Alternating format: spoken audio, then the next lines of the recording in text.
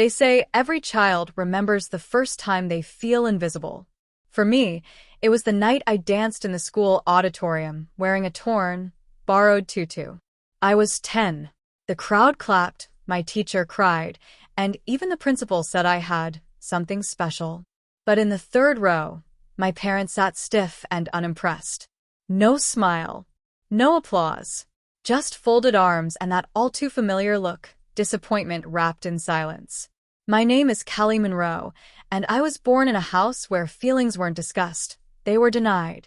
Where praise only came with perfect report cards, and dreams were only valid if they paid the bills. I knew early on what I loved. While other kids played soccer or painted rocks, I twirled barefoot on the front porch, danced in grocery store aisles, and pirouetted through puddles like they were stage lights. I didn't just dance. I breathed it. But to my parents, dance was a phase I'd outgrow. Like fairy wings or imaginary friends. Focus on your future, my father would grunt, hunched over tax forms at the kitchen table. You can't live off tutus, my mother would mutter while scrolling through neighborhood Facebook gossip. Still, I hoped they'd come around. In high school, I kept dancing after school before dinner, in my room when I should have been studying trig. My coach believed in me more than anyone else ever had. She paid out of her own pocket for me to attend a summer program in Chicago. That program turned into an audition. That audition led to the letter. I still remember the moment I opened it, hands trembling, heart pounding like a drum solo in my chest. I'd been accepted into the Chicago School of Ballet. And not just accepted, offered a scholarship. I was 17, standing in my parents' fluorescent-lit kitchen, gripping my dream with both hands, my future glowing in that envelope. I barely got the words out. Mom, Dad, I got in. I got a scholarship to Chicago. They didn't even look at each other. My mom took the letter, scanned it briefly, then laughed bitterly. Chicago? Are you out of your mind? That's halfway across the country. What would people think? I looked to my dad, desperate for something. Anything, a flicker of pride, or a simple congratulations. Instead, he took the letter, held it in both hands, and slowly tore it in half. I will not fund this stupidity, he said, voice flat. You'll go to state. Business degree. Like we discussed. Like we discussed? No, we never discussed anything. They dictated. I obeyed. Until that moment, I'd always obeyed. I ran to my room, locked the door, and sobbed on the floor for hours. My dream, my chance, it was gone before it even started. In the days that followed, they acted like nothing happened. Like they hadn't just suffocated my soul. My mom chatted about dorm options and color schemes. My dad printed out finance internship listings. I ate dinner with a knot in my throat, pretending mashed potatoes didn't taste like ash. My coach called, heartbroken when I told her I couldn't go. Kelly, she whispered, don't let them take this from you. But what choice did I have? I was 17. No money. No backup plan. And no one willing to fight for me.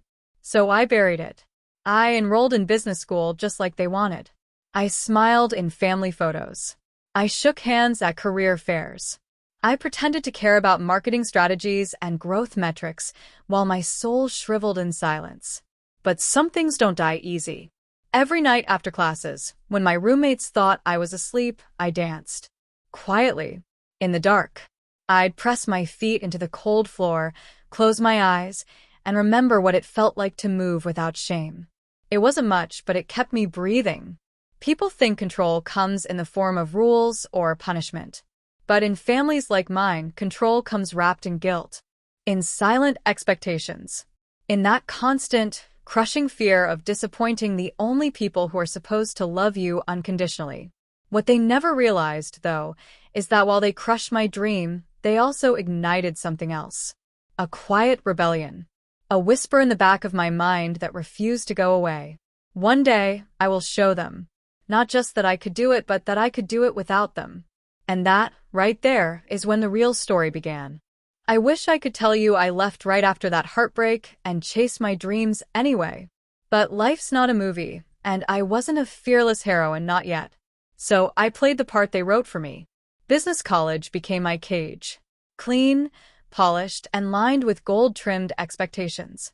I smiled through it all: career fairs, group projects, internships with men in stiff suits and dead eyes. I learned to speak their language: profit margins, scalability, return on investment. But my body never stopped speaking mine. Every night, after hours of fake ambition and forced smiles, I danced in the dark corners of my apartment or on the rooftop when no one was looking. I started sneaking out to a dance studio tucked behind a laundromat, just one room with dusty mirrors and scuffed floors. The owner, Marisol, was a former flamenco dancer from Puerto Rico who never asked too many questions. She charged me next to nothing when I told her my story. That room became my sanctuary. The world expected me to be sensible. But under the flicker of old fluorescent lights, I came alive again. I graduated at 23, top of my class, summa cum laude. My parents were overjoyed. They threw a party in our backyard, complete with catered food and a banner that read, "Our business star." They called me their pride. But I felt like a fraud. I was smiling in photos, but inside, something had hardened. Something quiet and cold and calculating. My parents thought they'd won, that their daughter had finally come to her senses. I let them believe it. 2 weeks later, I got an offer from a small contemporary dance troupe in New York City. Unpaid, scrappy, but passionate. They were the kind of group that danced on subway platforms and rooftops, raw and real. They'd seen a video of me performing at an underground showcase Marisol organized and reached out. I didn't even hesitate. I packed my bags and left without telling my parents until the night before. My mom called it irresponsible. My dad just muttered, "You'll be back." They didn't say goodbye. I landed in New York with 2 suitcases, $700 in savings, and no plan other than don't give up this time. I crashed on an old friend's couch in Queens and taught toddler ballet classes during the day. Evenings were spent rehearsing in rented church basements, bruising my knees and breaking my body for a dream no one else believed in. The city was harsh, yes, but it was mine. The first year, I faced more rejection than most people can stomach in a lifetime. I was too old, too emotional, not trained enough, not connected enough.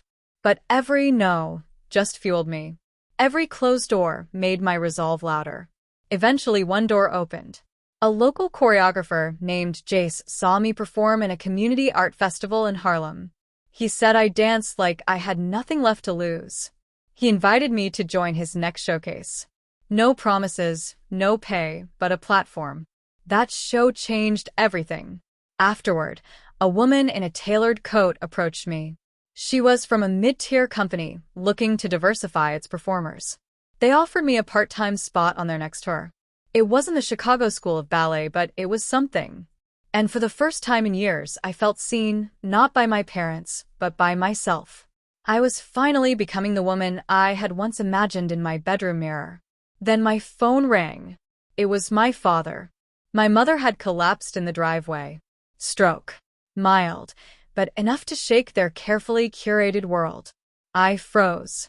All the oxygen left the room. He said they needed me to come home. "We can't do this without you," he said, words I'd longed to hear my whole life, and yet they sounded more like a trap than an invitation. I went back, of course. Guilt has a voice louder than ambition. And family, especially dysfunctional ones, knows just how to pull your strings. She was in recovery when I arrived.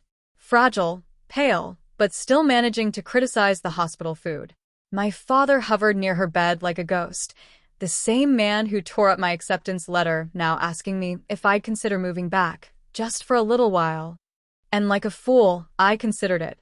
The neighbors came by with casseroles. My high school boyfriend, now married and boring, told me I looked tired and asked if New York had beaten it out of me yet. Everyone seemed so relieved to see me back, like I was finally where I belonged. I was almost convinced, until I saw it, a clip on my phone. My dance company, performing my piece at a community gala in Brooklyn. The piece I had helped choreograph. They were doing it without me. They hadn't even paused the tour. My place was taken. My name removed from the credits. That was the moment it hit me. If I stayed, I would vanish. Again. But this time, I wasn't 17. And this time, I had nothing left to prove to them. I wasn't their little girl anymore. I was a woman with a fire they couldn't extinguish. And I wasn't going to let guilt win. When I left the hospital that day, I didn't go straight back to my parents' house. I went to the old park down the street, the one I used to dance in before they told me it was childish.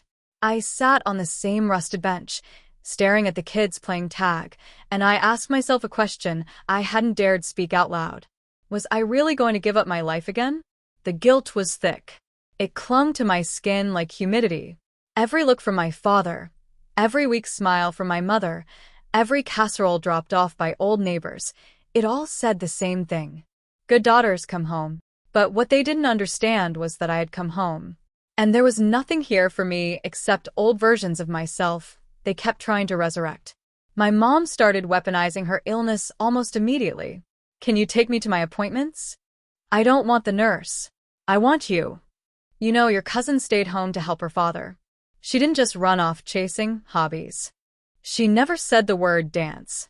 My father, ever the master of emotional efficiency, handled his manipulation differently. I just need help with some bills. You can stay a while. Work remote. That's what people do now, right? You don't want to regret missing time with your mother, Callie. She's not getting any younger. Regret. That's how they'd always kept me in line. But something in me had changed. I wasn't the same girl who let them rip up her dreams without a fight. I had tasted freedom. I had earned applause that didn't come from family dinners or fake approval. And once you've breathed your own air, you can never go back to breathing someone else's. Still, I stayed for another week. I helped around the house. I cooked. I took my mom to therapy. And every time I opened Instagram and saw clips of my company rehearsing without me, I felt like a ghost in my own body. Then came the final straw. I overheard my parents talking one night. They didn't know I was back from the grocery store. My mom's voice was low but sharp, the way she always got when talking about me. She'll calm down eventually. It's good she's here. Maybe now she'll stop with that silly dance nonsense. My father's reply? She wasted years. It's time she settles. I didn't go inside. I stood on the porch for a long time, gripping the bag of groceries until my fingers ached. I didn't cry. I didn't scream. Something inside me just clicked. That night, I bought a one-way ticket back to New York. I left a note on the kitchen table. It wasn't long or dramatic. Just the truth. You wanted me to settle. I won't. I love you, but I love myself too. Please don't contact me unless it's to support the life I chose. Callie. I turned my phone off for 3 days after I got back. When I finally turned it on, there were 17 missed calls. 2 voicemails from my mom sobbing, 3 from my dad silent before hanging up. I didn't listen to them. Instead, I walked into our dance studio, mine now. Jace had given me more responsibility. The dancers clapped when they saw me. We got right to work. From there, things moved fast. We started booking more shows. I choreographed a solo piece titled Inheritance, about breaking free from the weight of family expectations. That performance caught the attention of a documentary filmmaker who was profiling underdog artists in the city. He followed our journey for a year. By the time From Rejection to Revolution premiered at a small arts festival, we had already gained a strong online following. But after the film, everything exploded. Suddenly, I wasn't just the girl they told to stay practical. I was a symbol of defiance. But here's the twist no one saw coming. The documentary aired on a national arts network, and one of the neighbors back home saw it. She messaged me. Your parents were at church last week. They didn't say a word, but we all saw the film. We're proud of you, Callie. That message shattered something I didn't even know was still inside me. Validation. From the place I never got it. Later that night, I got an email from my father. Your mother watched it. She cried. I don't know what to say except, maybe we were wrong. Proud of you. We always were. Just didn't know how to show it. I sat there staring at those words. It should have meant something. But all I felt was numb. They wanted to rewrite history. As if everything they did hadn't nearly erased me. I didn't reply. Because forgiveness and access are not the same thing. And I had learned to dance in my own name now. They say revenge is best served cold. But mine? Mine was served center stage, under a single spotlight, with a full house watching. 2 years had passed since I left home for the second time, this time on my terms. In those 2 years, I didn't just rebuild the dream they tried to bury. I expanded it into something they never saw coming. We had opened our own company, the Pulse Project. Grassroots, inclusive, unapologetically raw. We weren't trying to be polished. We wanted to be true. And people felt that. The dancers I worked with weren't picked for prestige. They were chosen for their pain, their power, their hunger to tell stories no one wanted to hear. And mine? My story had finally made it to the surface. The solo piece I choreographed, Inheritance, went viral after the documentary. It showed a woman stuck inside a glass box, always reaching, always being pulled back by invisible hands. The final scene showed her breaking out, bloodied and breathless, but alive. People saw themselves in that. Young women wrote to me from Ohio, Texas, India, South Africa. My parents told me I couldn't be a writer. My family said art is useless. My father said emotion is weakness. But they all ended with, "You reminded me I'm not crazy. That I'm not alone." And that was the real revenge. Not the kind that shames or scorches, but the kind that liberates others from the very chains that once held you. Then, one morning, I got an email that made me stop breathing for a full minute. Carnegie Art Series. Invitation to headline with original work. Carnegie. Me.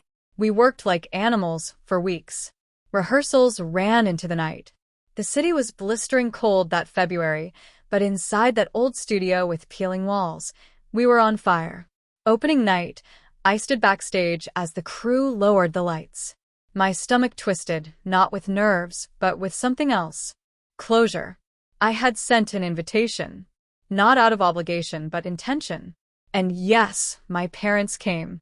They walked in right before curtain call, dressed stiffly, as if they were attending a funeral instead of a celebration. They looked older than I remembered. Smaller. They sat in the fourth row. The same row they sat in the night they didn't clap. Only now, I wasn't a little girl begging for their approval. I was the woman they never imagined I'd become. The curtain rose. The piece we performed was called The Unwritten Letter. It told the story of a girl who tried to make herself smaller to fit inside her family's version of love. A girl who nearly vanished before choosing to burn the script they wrote for her and write her own, in bold strokes of red. By the final movement, I stood alone on stage, trembling, covered in symbolic ash and glitter, chest heaving. The spotlight narrowed. I raised my chin, and for just a second, I looked directly at them. Not to ask for anything. Not for forgiveness, or pride, or permission. Just to let them see the result of everything they tried to destroy. The curtain fell. The applause was thunderous. I bowed once. And when I rose, I saw my father stand slowly. He clapped. Not politely, but fiercely. My mother? Tears streaming. Hands shaking. After the show, they waited near the back door. For a moment, we just stood there, all of us unsure of who we were to each other now. My mother stepped forward. "Callie," she whispered, her voice cracking like a leaf. "I didn't know. I didn't realize how much I—" She stopped herself. My father nodded, his voice quiet. "You built something we couldn't even understand. But it's beautiful." I took a breath. "I didn't do it for you," I said gently. "I did it in spite of you." There was no bitterness in my voice, just truth. They nodded. And for once, they listened. They didn't ask for more. We hugged. Briefly. Softly. But this time, it was me who pulled away first. That night, I didn't cry. I walked back inside, changed into sneakers, and joined my company for late-night pancakes and laughter. My people. My family, chosen not forced.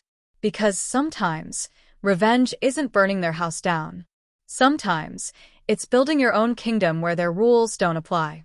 And then standing tall in the palace they said you'd never deserve. Thank you so much for listening to my story. Your support means everything.